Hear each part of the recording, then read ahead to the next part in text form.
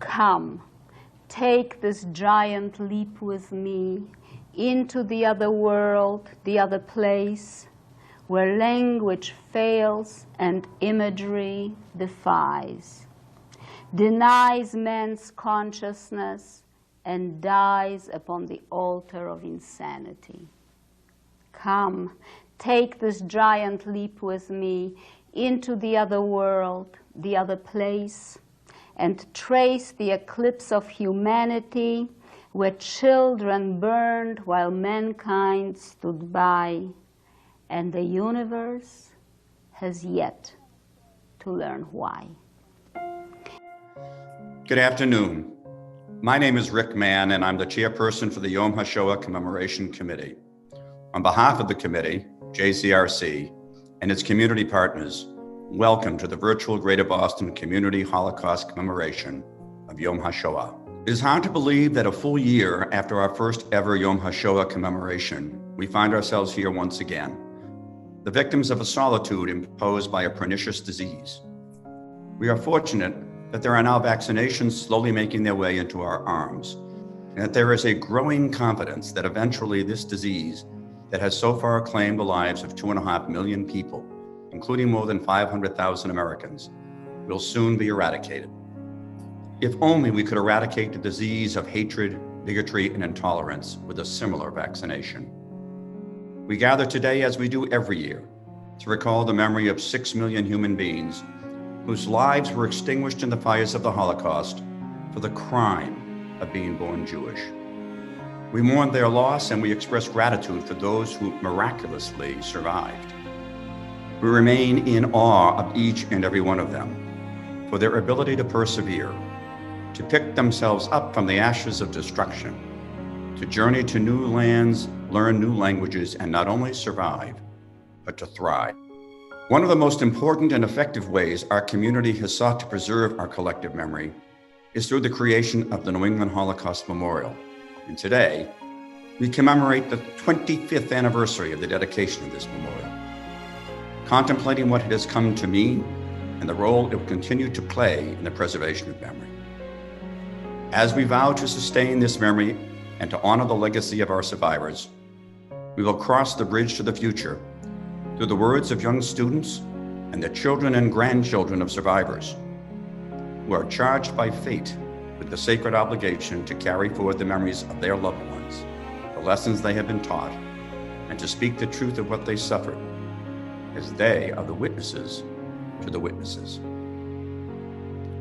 Throughout our commemoration, you will see quotes from the winners of this year's Israel Arbeiter Holocaust Essay Contest, chosen from among scores of essays submitted by Greater Boston area middle and high school students, each of which gives reason for hope for a future of understanding, tolerance, and compassion.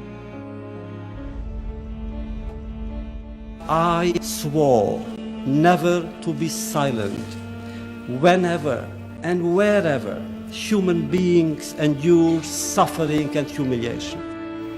Wherever men or women are persecuted because of their race, religion, or political views, that place must, at that moment, become the center of the universe.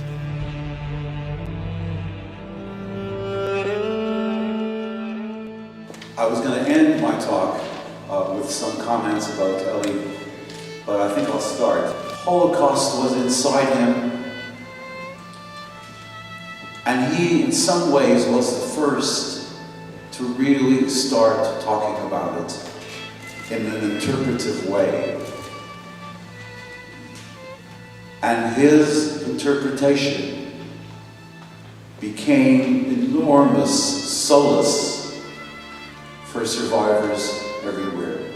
We didn't know how to talk about it. We didn't talk about it because the first thing when we came after the war, people told you, don't tell anything what happened. That's past and that should be forgotten. Somehow, I don't want it to be forgotten. It's the memory of my family, of my parents who perished, and I think the children, especially my family, should know about their great-grandparents. They were beautiful human beings and happy and good people, and they were murdered. And I would answer every question and tell them about it. What happened to me and other people happened in our time, in this world, on this planet, and it was real. What I know about myself is that I am the survivor of a genocide. And with that comes having a certain amount of trauma that, while I and others like myself on a good day have learned to cope with, it never goes away. You have to speak up. You can't be silent. I am alive because there are people who spoke up, and who not only spoke up, who acted and took terrible risks, and I'm alive because of that. At age 13, actually a couple weeks before I had my birthday, I was coming home from a bar mitzvah lesson and found our home locked and no one there. San Weinreb wasn't even a teenager yet on that terrible day in March 1941 when he returned to his empty home in Bratislava, Czechoslovakia. He had narrowly missed the Nazi roundup of the Jews in Bratislava, who numbered nearly 15,000 people. They were expelled or sent to concentration camps, where most perished. That afternoon was the last time I ever saw or spoke to any member of my family. The thing that I'm really impressed with and struck by is how long it takes for these effects, how long these effects persevere in the population, the effects of this horrible, horrible past and the horrible losses, that they are really passed down to the third generation and probably beyond. Well, I am I occupy a sort of dual place. I am a child of survivors and I'm a survivor myself. So my children are either the second generation or the first generation. It's not clear, really. And they have had to struggle with these effects, as all children of survivors have to. After a while, we could hear the soldiers' footsteps again, but instead of approaching our room, they were moving away. Then, finally, the commotion ended. It was eerily quiet. And finally, we began to hear the squealing sounds of steel on steel. The train was finally beginning to pull away. As you can imagine, there was total jubilation in our room. Everyone was hugging everyone else. We had survived another day. So who would have ever imagined, especially my mother, when she wrote in her first letter after liberation, that somewhere there must still be a sun and perhaps again the rebuilding of a new life? For most of my life, I never talked about my Holocaust experiences, mostly because I didn't think anybody who didn't go through such experiences would have any way to understand them. It was only when I realized how important my mother's Terezin album was and how meaningful it was for other people, I became, at the age of 85 or so, very interested in telling my story. My name is Munya Rajewski, now known as Sidney Handler. After the war, many years later, I read a book written by Yitzhak Arad. He was a survivor of with the partisans in Vilna, and according to his book, from the 65,000 people or 75,000 Jews that lived in Vilna in the beginning of the German entry into Vilna, at the time of the liberation, 200 people were inside the city of Vilna. 200 Jews out of 60 to 75,000. I was one of the 200. Mama, Mama, I'm screaming as I run from the line at morning roll call in the French camp. Please take me with you. But I am denied a precious hug or her words of comfort as my young German mother is shoved onto a cattle car headed to Auschwitz. It's 1942. I am 3 years old. Well, my name is Rina Finder, and I was born in Krakow, Poland. And I'm a survivor because I was on Schindler's List. Well, I was 10 years old when Germany invaded Poland. And so overnight, from being a little girl, I became an enemy of the state. And our crime was that we were Jewish. You cannot really believe it, that human beings can be able to do such horrible things and get away with it. My diaspora is an assembled bronze sculpture I created to commemorate the very personal and tragic history of my family's dissolution and partial destruction. The sculpture memorializes the permanent separation of the men in my family, my father, my brother Gus, and myself, from the women, my mother, my sister, and my paternal grandmother, soon after Kristallnacht, when I was 3.5. Neither group ever saw the other again. My name is Esther Adler, and I wrote the poem that I will read to you now. It is called Shema Yisrael. Stifled, suffering in the suffocating Lublin ghetto, a young girl furtively escapes the narrow, confining streets. She leaves behind her mother, 5 sisters, severing bonds with her past, hoping to return to rescue. Her eyes downcast, evading stares of strangers, meeting smiles with a faint response, asking, who am I? To whom do I belong?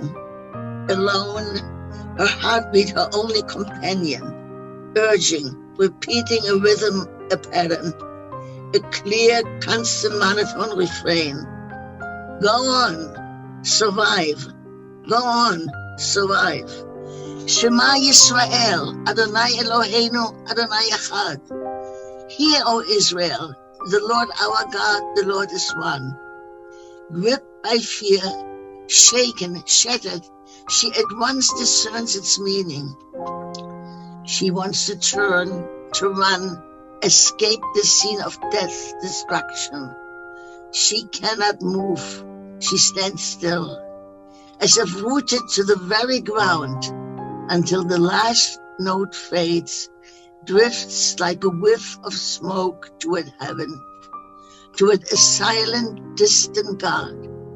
Shema Yisrael, Shema Yisrael. Where is the Lord our God? Israel Arbeiter was 14 years old when the Germans first entered his city of Plotzk, Poland, in early September 1939. First came the German army, then the SS and Gestapo.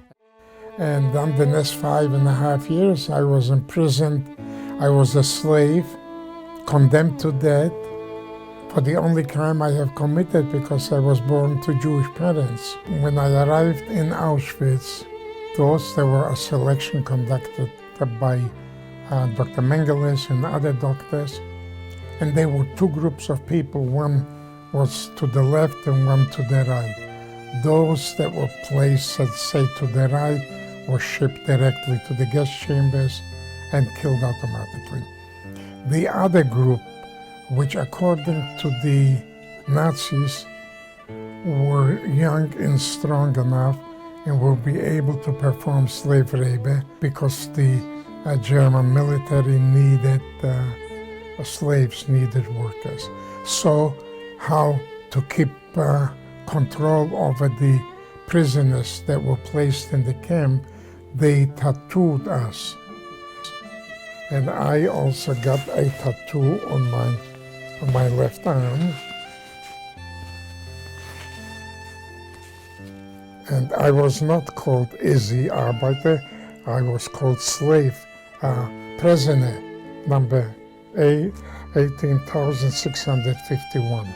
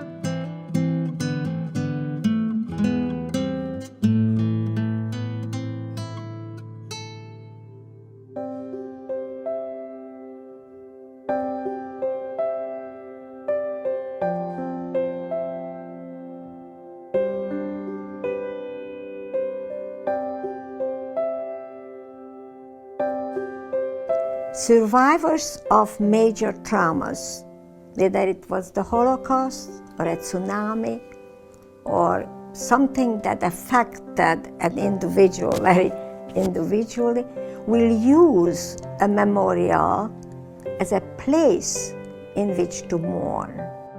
Steve Ross was a man with a dream. He yearned for a place to mourn the family members he lost in the Shoah, whose final resting places are forever unknown. A place for reflection, a place for remembering, a place for education, and perhaps above all, a place for hope. Hope for a world free from hatred, bigotry, and intolerance. Steve Ross's dream became a reality. It was the culmination of years of tireless efforts by dedicated committees comprised of survivors, Jewish and non-Jewish community leaders, and local and state political leaders. In the fall of 1995, 25 years ago, as members of the Greater Boston community gathered near Faneuil Hall to dedicate a memorial to the victims of the darkest moment in human history. So my dad founded the Holocaust Memorial in downtown Boston, the New England Holocaust Memorial. And initially his reason for doing so was a couple reasons, I think. One, we had nowhere to go for our family that was murdered. We have no cemeteries, we have no, there's nowhere to pray, for our family. So it's in some way, for my father and for some of the other survivors, it serves as a gathering place, like a cemetery almost. But also it's a symbol of our values, of who we are as a city here in Boston or New England. It's a symbol in the middle of the city, in the middle of downtown Boston, where there may or may not be a lot of Jewish people. This city is saying, this is what we value. To get that memorial built, I mean, he didn't stop. He went to the mayor at the time, Ray Flynn, and said, you know, can you give us land? The mayor gave him land. My father knew that he had to make it bigger than just something for the Jewish people. It needed to be something for all people and to be a grand statement. My father had to really kind of pull people together, and they did, and they came together and they built it. It took many years and a lot of work, but he got it done. Public art, if it is to both reflect the public and teach the public, needs to come in some sense from the public. And in that sense, we needed to have an open competition. And we learned from James Young, our scholar, that the act of creating the memorial itself, that the act of submissions and the exhibition of submissions was in itself a way of memorializing the Holocaust. And so we did it. And then I began to think about the kind of symbols that are involved with the Jewish tradition, the six-pointed star, the menorah, and then the 6 million and the 6 death camps. And when I went back to my hotel that evening, I just drew 6 little towers on the pad on the bedside table. And the more I began to think about that sketch, the more meanings began to attach to it. The design features 6 glass towers, each 54 feet high. 6 million numbers, suggestive of the infamous tattoos the Nazis inflicted on their victims, are etched in the glass. Personal quotations from Holocaust survivors and witnesses are etched on both sides of each tower. These voices of the persecuted provide a window to the past, from the horrors of camp life to acts of resistance and escape. As visitors leave the memorial, they read the legendary quote of Martin Niemöller, inviting them to contemplate the universal issues of prejudice and persecution. My name is Steve Ross. The truth is unspeakable and unfathomable. I stand here before you as a survivor and as a witness to the authenticity of the darkest chapter in the history of man's inhumanity to man. I am deeply indebted to all those people who have made this vital historical landmark possible. My dream has now become a reality because of you. May the souls of our lost loved ones find peace here at this resting place. You will look at these towers. I hope that when you will look at them, you will stop for a second. Just for 1 second.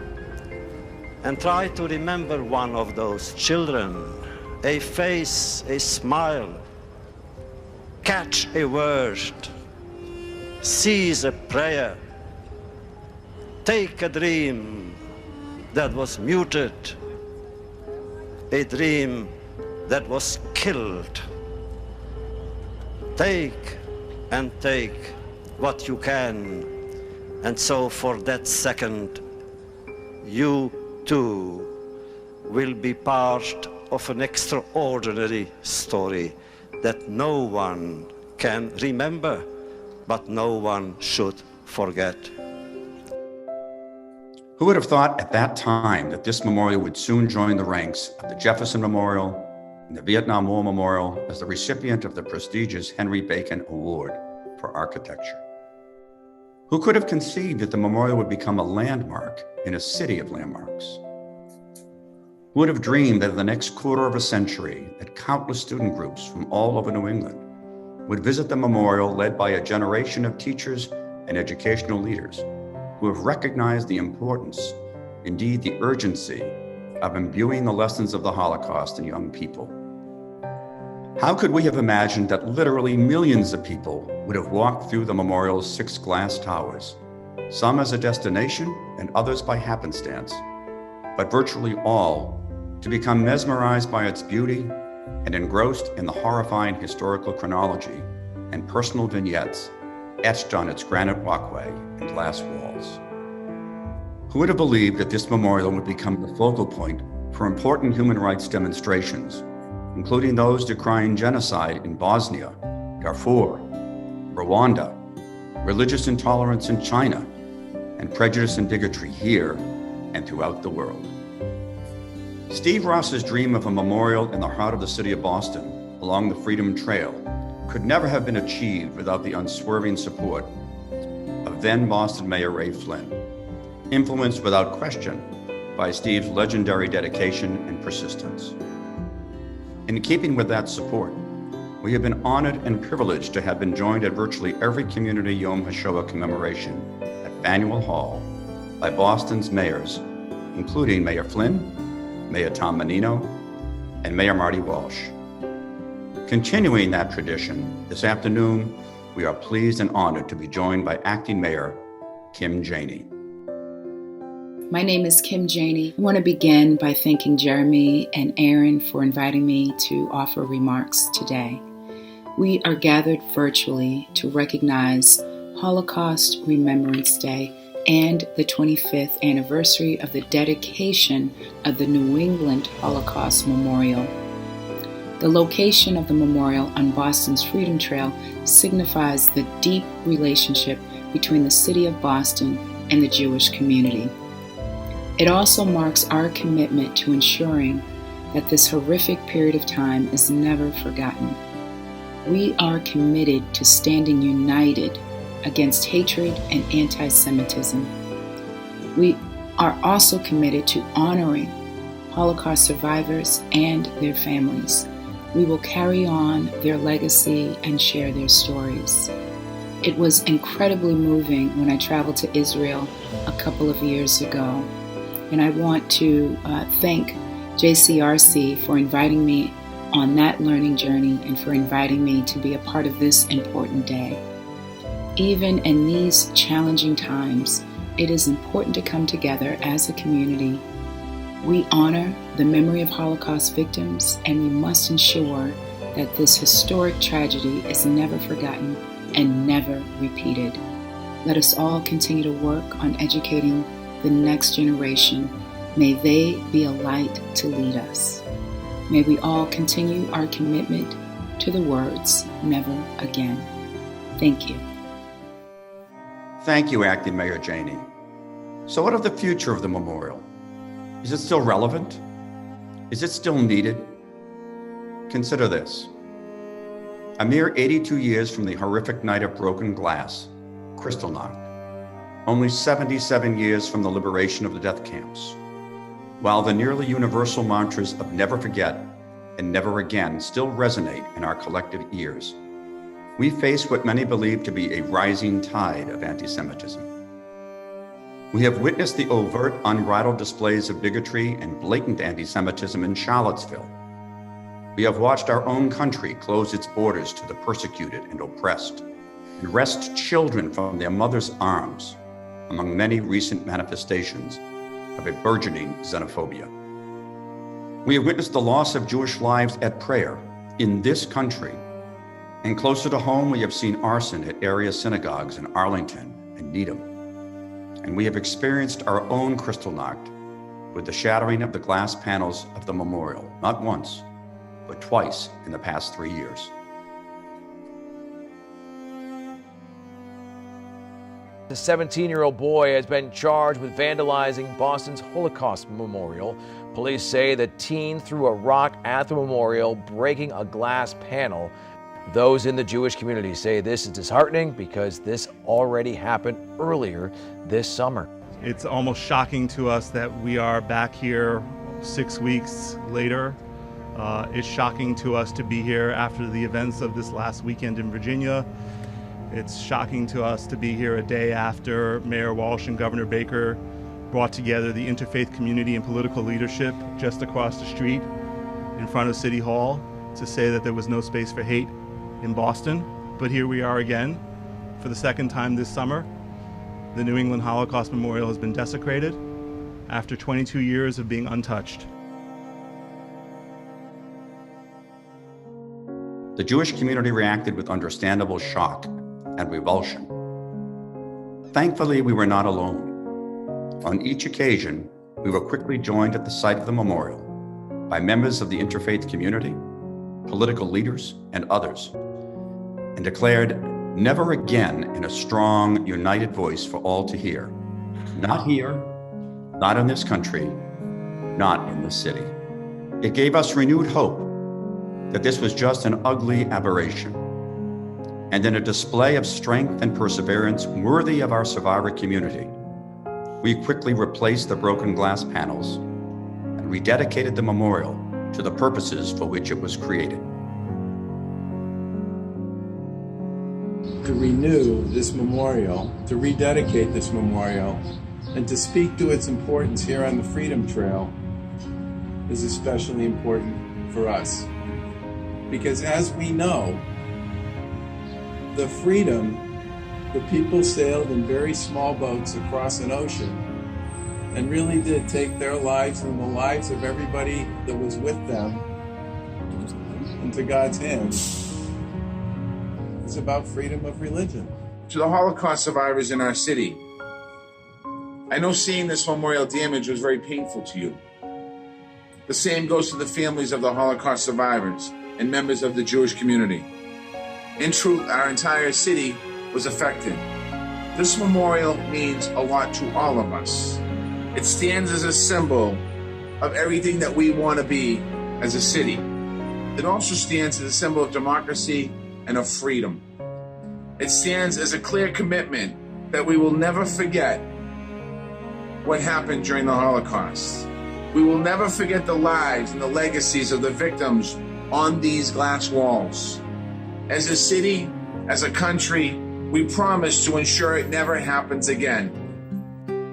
The memorial remains an important bulwark in our efforts to ensure that never again are more than just idle words. And today we are pleased to introduce a glimpse at an innovation in progress, a virtual visitor's experience, which will make it even more effective in its mission. Through the use of 21st century technology, we will soon be able to make the memorial even more impactful to students and other visitors to the actual memorial. Using survivor voices, the virtual visitor's experience provides access to the memorial to visitors from all over the world and creates a modern tool to continue the transmission of memory and to honor the legacy of victims and survivors in future generations.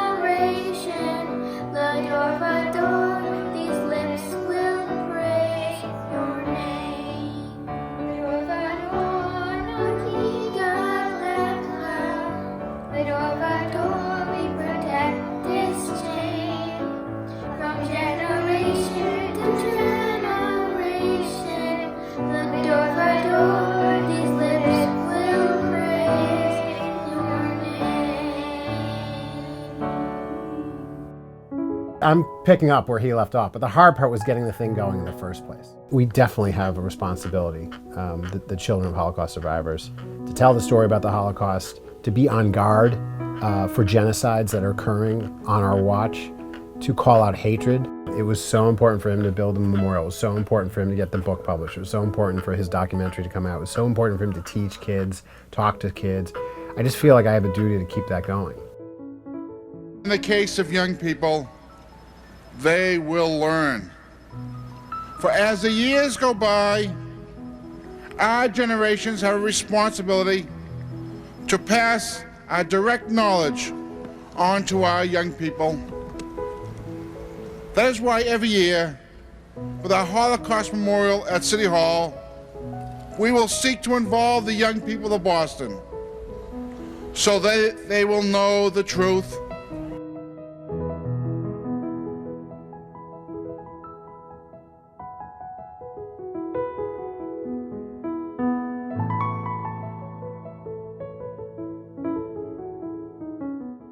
I'm very fortunate to be able to speak to thousands of students every year. I tell them about my difficult life, my survival. I want them to realize that this is not just my own story. It's their story also.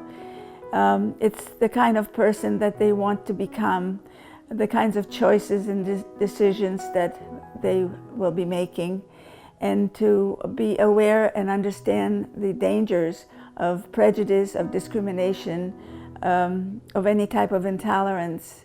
And it's my hope that they are able to stand up to any type of injustice. And there's a quote that I really love by Elie Wiesel. There may be times when we can't prevent injustice, but there must never be a time when we fail to protest. My mom, you know, she endured so much, and her father endured so much, and her mother gave up her life. But the truth is, the bigger part of my mom's story is that it was one kind, selfless human being. One kind, selfless human being who made one choice in one moment that I'm sitting here, and my best friend, my mom, is sitting here.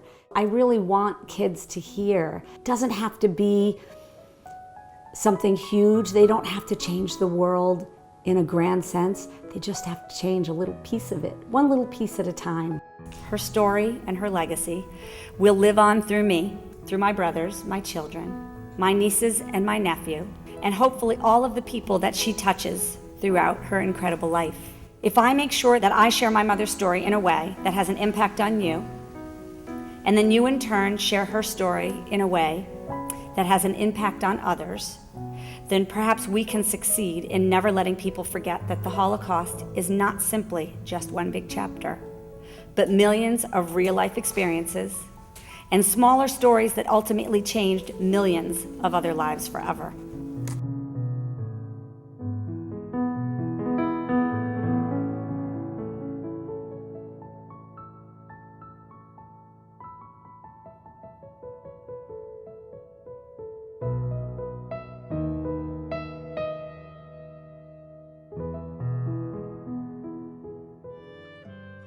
So I think it is, my responsibility to tell their story, because this can never happen again. But it's also my responsibility to tell the story of how they made a life, because that is a huge lesson of resilience and of strength that everybody needs to learn from.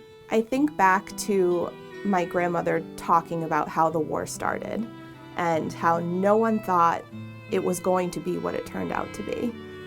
And how they got the newspaper and they heard on the radio, that the Germans were invading, but they never thought that they were going to come to their small town. I watch the news and that's all I hear in my head is, oh, well, that's happening here, that's happening there, but is it going to come to my small town sometime soon? You never think it's going to be you until it is. These stories are not going to be forgotten because they're more important to tell now than ever. As the grandchild of a survivor, I think that it's really important that we know these stories and that we share these stories. And so it then became my mission as the grandchild to learn the story and share that story and make sure that those deniers and anyone who said that this didn't happen knows that firsthand from my grandmother's mouth, it happened, and 6 million Jews were killed, and here is her story, and this is my story. So for me, I know that I'm the last generation to hear these stories firsthand. We need to teach people not to be silent, to be upstanders and not bystanders, and we need to show what hatred can do. As we prepare to read Anne Frank, I showed the students news clips about the concentration camps to help them better understand and build backgrounds. And that's when the whispering started. A few students told others that the Holocaust never happened, that Anne Frank was a fictional character. The whispers grew louder, and a handful of students argued back, but the majority of the class simply sat and watched and listened, the silent bystanders. I knew my words would never be powerful enough to erase that hint of denial, or whatever influences would ever make a 13-year-old believe the Holocaust never occurred. That night, I searched for a primary source, someone who lived the truth of the Holocaust and would be willing to share it with my students. I found articles about Israel Arbeiter. He told his story, and that is how they learned the truth. They promised they would remember. These lessons have settled into the foundations of our school building, into the corners of our classroom, and nudge our kids to do the right thing, to remember, to be an upstander. The rock dropped into the pond creates many countless ripples.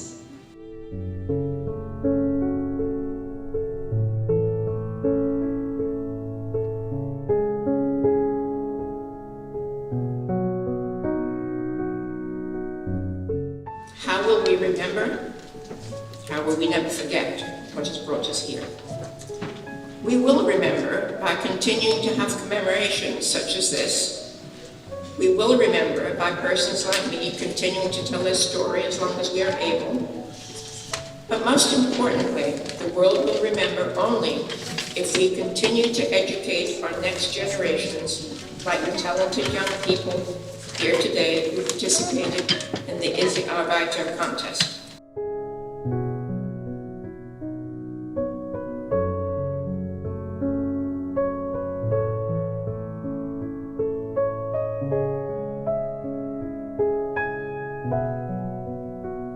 You're going to be the leaders, the future leaders of Slovakia, and leaders of the world, the United Nations, leaders of the world.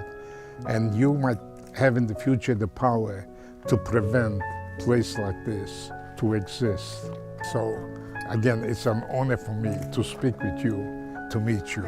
Enjoy the day, enjoy your life, and go home and tell your parents, your families, what you learned, what you saw here. And remember that only good people can prevent a catastrophe like this, what took place here, from happening again. Learn what you see and remember what you learn. We close our commemoration today with words and music that speak to the importance of future generations and our critical role in leading them in the right path towards making the world a more just and harmonious place, free from the yoke of hatred that has bound humanity in the past. Thank you all for joining us, and hopefully we will join together safely and in good health next year at Faneuil Hall. Careful the wish you make, wishes are children. Careful the path they take, wishes come true, not free.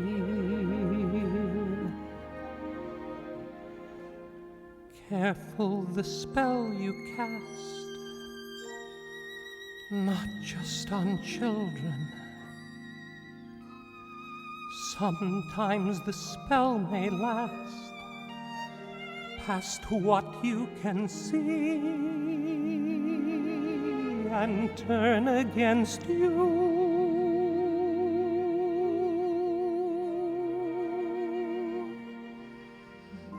Careful the tale you tell, that is the spell. Children will listen